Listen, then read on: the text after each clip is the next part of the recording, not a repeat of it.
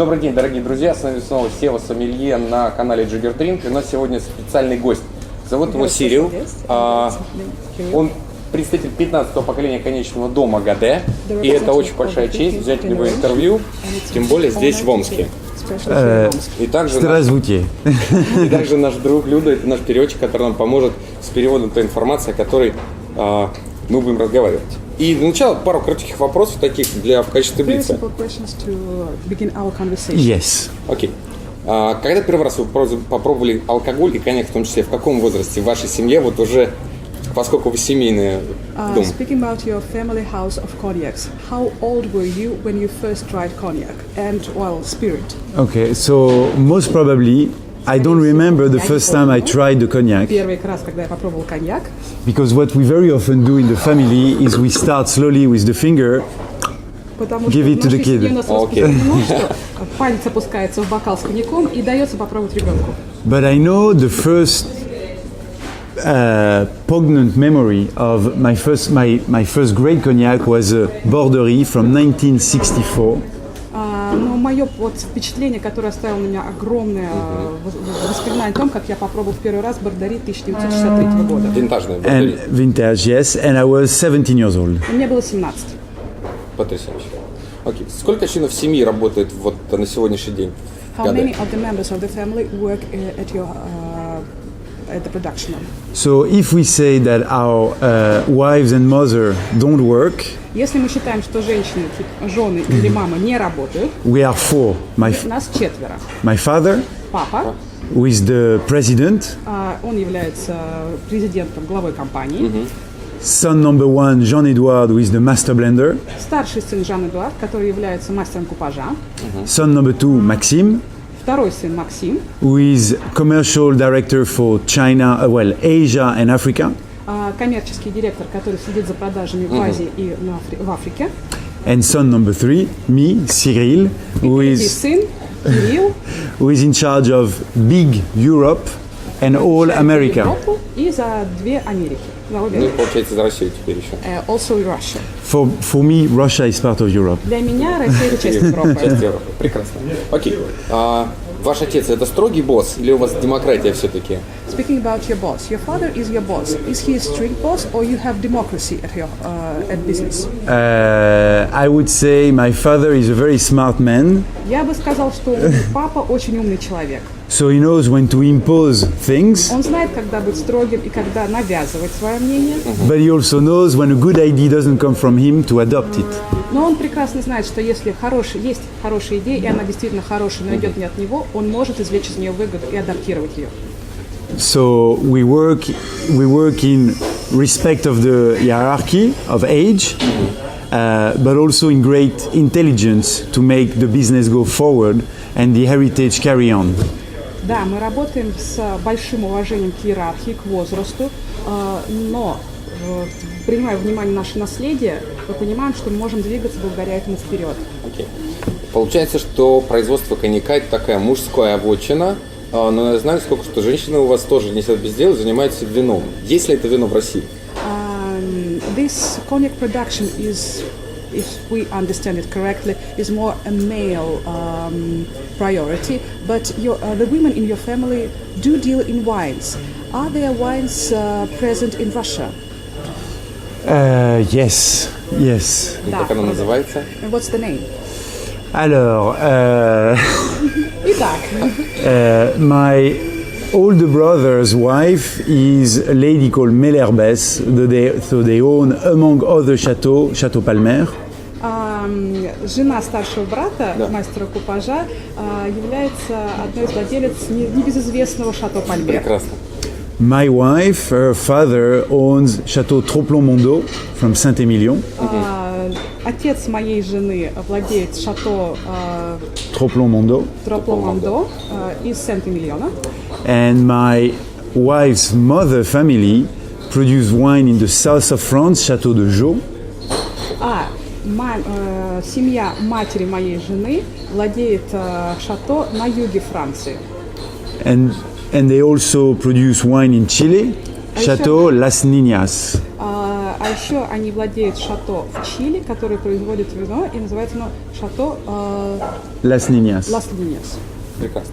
То, что все вот, члены семьи, включая жен, все как-то находятся в индустрии производства вина, крепкого алкоголя, это помогает им вот находить взаимопонимание, когда они все в разъездах, в командировках, заняты. Вот, ну, я так понимаю, что вы очень много ездите и там занимаетесь работой. Там, кто-то на юге Франции, кто-то там в коньяке, где-то в Сент-Эмилионе. Judging by the scale of your business, and I can understand that all of you travel a lot. Does it help that all of the members of the family, including wives and mother, are dealing with wines or spirits? Does it help you to find understanding while being on business trips for most of the time?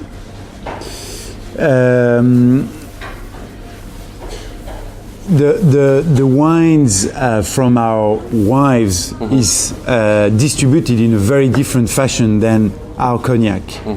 So we're talking about two very different strategies, very different channels of distribution. So I would say there is no real synergies. Если принимать во внимание то, что вино как продукт, как производство, и коньяк как продукт, как производство имеют абсолютно разные стратегии продаж, абсолютно разные каналы сбыта и абсолютно разную политику, то можно сказать, что найти синергию в этом, ну, это не совсем та тема, не совсем тот вопрос синергии именно вот в этом понимании. Okay. But where there are synergies is more in the mindset of traveling to different culture, explaining what we do, so offering our culture and understanding how other cultures can accept or welcome our cultural proposal, which in my case is cognac. Но на самом деле, скорее, здесь синергия идет именно в понимании мировоззрения. Потому что, когда мы путешествуем, мы несем с собой культуру Франции, и приносим ее в какую-то свою культурную реальность. И там понимаем, что из нашей культуры, которую мы несем с собой, в данном случае, когда мы предлагаем наши коньяки, может быть принято, и как это может быть принято именно на местах. Окей. Тогда другой вопрос. Сколько уже стран посетил Сирил, вот, рассказывая правду о своем коньяке, о его идеалах и его взглядах? How many countries have you visited already, speaking about your values, your cognac, and your product? Wow. I wouldn't be able to put a number, but I would Я say с трудом могу сказать точное число, но я бы сказал. okay, myself directly, I would say around 50 countries. Где-то 50 стран. So, for example, Это здорово. I've been to countries like Iraq. Например, я Ирак. был в Ираке. В Ираке продается тоже коньяк. So, Yes. you can Но это же there. мусульманская Yes, страна. But it's the Muslim country. Тем не I've been to Iran, Я был в Иране. where alcohol is completely forbidden, but there is Если some честно, business там going вообще, on. Да. Вообще там полностью запрет стоит на алкоголь, но бизнес все равно Бизнес есть движется. бизнес. And I have even been to Siberia. Я был в Сибири. Ну, теперь уже да. That's Окей, еще один вопрос. Насколько я знаю, вы не сразу пришли в семейный бизнес. As far as I know, you didn't start straight away the family business. No. Before that, you worked in another place. Yes. Is it true? Да, успели послужить и во флоте, So поработать you've в been in виноторговой the компании military у Ротшильдов. service, and И это в you, Англии, если не ошибаюсь. было. worked for Rothschild's wine business in England, as far as I yeah, remember. yes. So, you know, family business takes you a lot more. I mean, takes you in a lot more than any other business. Если вы работаете на семью, вас это вовлекает в дело намного больше, чем если вы работаете в каком-то другом бизнесе. Because- Работать на семью – это другое. Because I am involved in the daily operations. Потому что меня вовлекают во все ежедневные операции, I'm involved in the long-term planning, меня вовлекают в долгосрочное планирование, and I'm involved every single moment of my life emotionally with it. а еще эмоционально каждый момент я проживаю вместе с ними. And so I had the intuition when I just finished my studies that if I would start straight away after my studies, I would first not bring valuable experience into the realm of my family business. И когда я только завершил свое обучение, Я интуитивно почувствовал, что если я сразу войду в бизнес, я не смогу принести весь тот ценный опыт откуда-то извне в иерархию, в господство моей семьи. And so this is why, like my brothers, all my brothers, we decided we'd do something else to go, discover something else before we come back and be a valuable addition to this family team that, carries on the heritage. И я и мои братья поняли, что мы предпримем другое, мы пойдем в люди.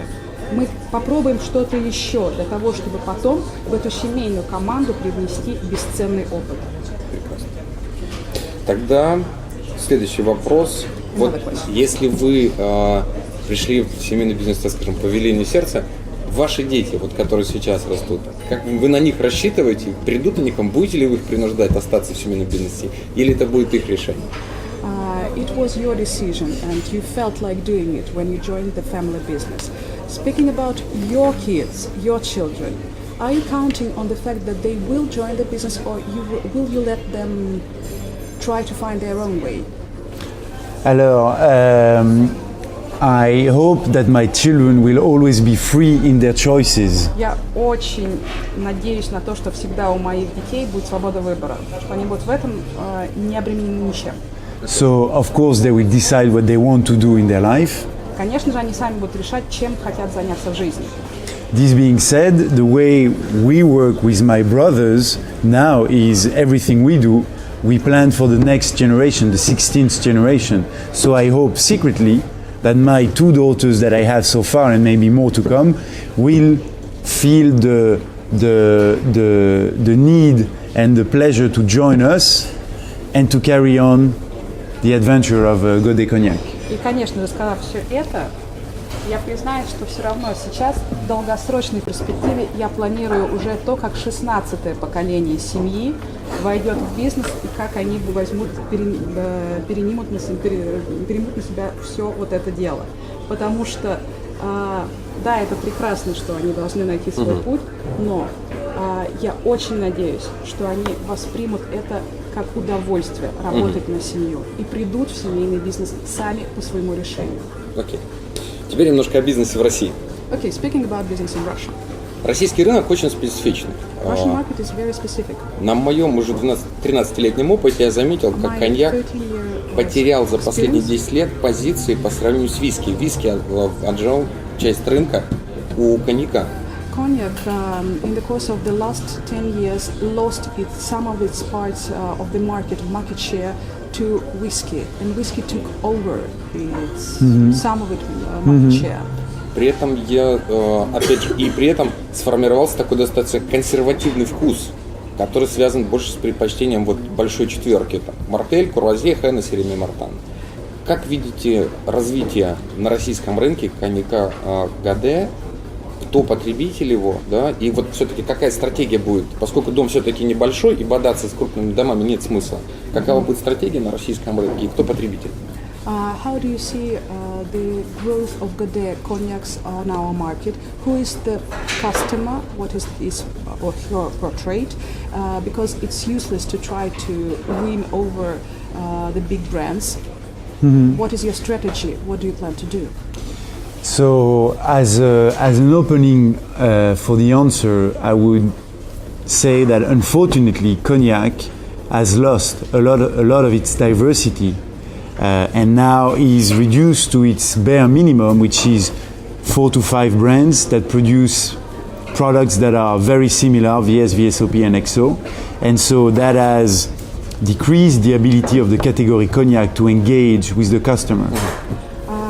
Открываем мы этот разговор, скорее всего, таким заключением, таким введением, что за последнее время коньяк потерял это разнообразие брендов, и все свелось к обилию, к населению всего рынка 4-5 брендами, которые производят одни и те же категории. Это VS, VSOP, XO.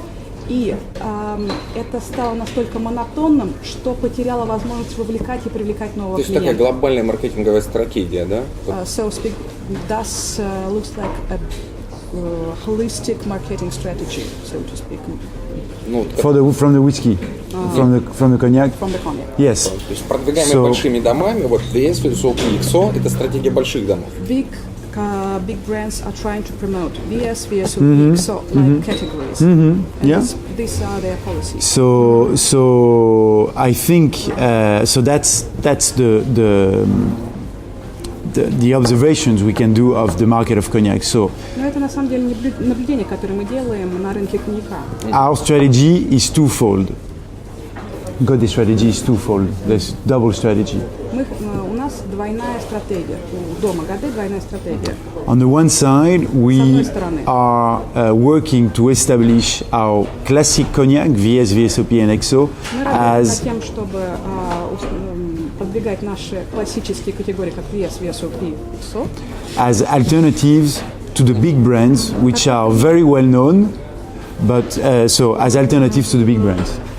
Вот эти категории от дома Годэ в качестве альтернатив предлагаемых таких же категорий от больших крупных брендов домов. This alternative is based on the different tastes that we offer compared to the competition. Our VS, our VSOP, and our XO are very different from what you can choose from the 5 big brands.